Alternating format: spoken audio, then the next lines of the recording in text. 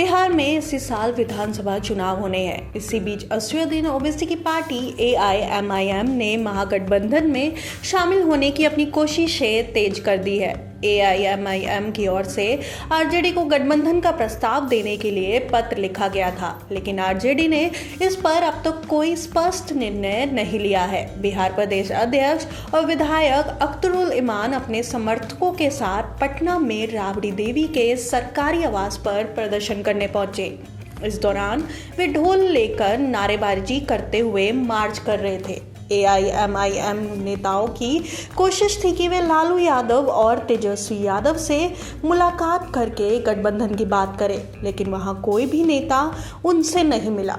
अख्तरुल इमान ने बताया कि उनका मकसद सेकुलर वोटों के बिखराव को रोकना और एकजुट होकर चुनाव लड़ना था। हालांकि इस पूरे मामले पर आरजेडी का बड़ा बयान सामने आया। आरजेडी प्रवक्ता एजाज अहमद ने कहा कि एआईएमआईएम जज्बाती बातें और नारेबाजी के सहारे माहौल बना रहे हैं। उन्होंने साफ कहा कि गठबंधन के लिए समझौता ढोल बजाकर नहीं होता। उनके पास संगठन नहीं है और आप अपनी पोल खुद खोल रहे हैं। एजाज अहमद ने यह भी कहा कि आरजेडी मुसलमानों को अपने संगठन में शामिल करने के पक्ष में नहीं है, क्योंकि बिहार के मुसलमान लालू तेजस्वी के साथ है। उनका मानना है कि चाहे परिस्थितियां कैसी भी हो, आरजेडी ने कभी बीजेपी के साथ समझौता नहीं किया।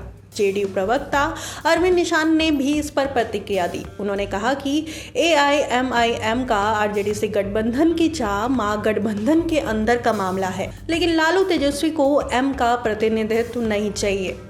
उन्होंने साफ किया कि नीतीश कुमार के नेतृत्व में फिर से एनडीए की सरकार बिहार में बनने वाली है। बिहार में मुस्लिम वोट बैंक को लेकर सियासी लड़ाई तेज हो गई है। राज्य में करीब 18% मुस्लिम आबादी है, जो परंपरागत रूप से आरजेडी का समर्थन करती है। 2020 के विधानसभा चुनाव में एआईएमआईएम तीसरा मोर्चा बनकर चुनाव लड़ा था। उस समय आरजेडी के वोट बैंक में सेंधमारी करते हुए 5 सीटें जीत ली थी। बाद में 4 विधायक आरजेडी में शामिल हो गए थे। इस बार भी अगर एआईएमआईएम अलग से चुनाव लड़ेगी तो मुस्लिम वोट बैंक की संभावना है। इससे गठबंधन कमजोर हो सकता है और बीजेपी एनडीए को फायदा मिल सकता है। एआईएमआईएम का कहना है कि उनका उद्देश्य बीजेपी को रोकना है। अख्तरुल इमान ने कहा कि हम सेकुलर सोच के साथ लड़ रहे हैं। हमारा मकसद बिहार में वोट बैंक तोड़कर बीजेपी की सत्ता वापसी को रोकना है। उन्होंने ये भी कहा कि एआईएमआईएम हमेशा मिलकर लड़ने की पहल करती रही है, लेकिन आरजेडी और कांग्रेस की जिद की वजह से गठबंधन नहीं बन पा रहा है।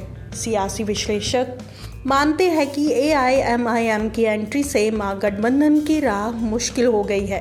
विपक्षी दलों के बीच सामंजस्य बैठना और अब चुनौती बन गया है। इस पूरे घटनाक्रम से साफ हो गया है कि विधानसभा चुनाव में मुस्लिम वोट का बंटवारा बड़ी भूमिका निभाएगा। एआईएमआईएम और महागठबंधन के बीच सियासी टकराव से मुकाबला और रोचक बनने वाला है। आने वाले समय में किस गठबंधन में कितने दल शामिल होते हैं, ये तय करेगा कि बिहार की सियासी तस्वीर किस दिशा में जाएगी।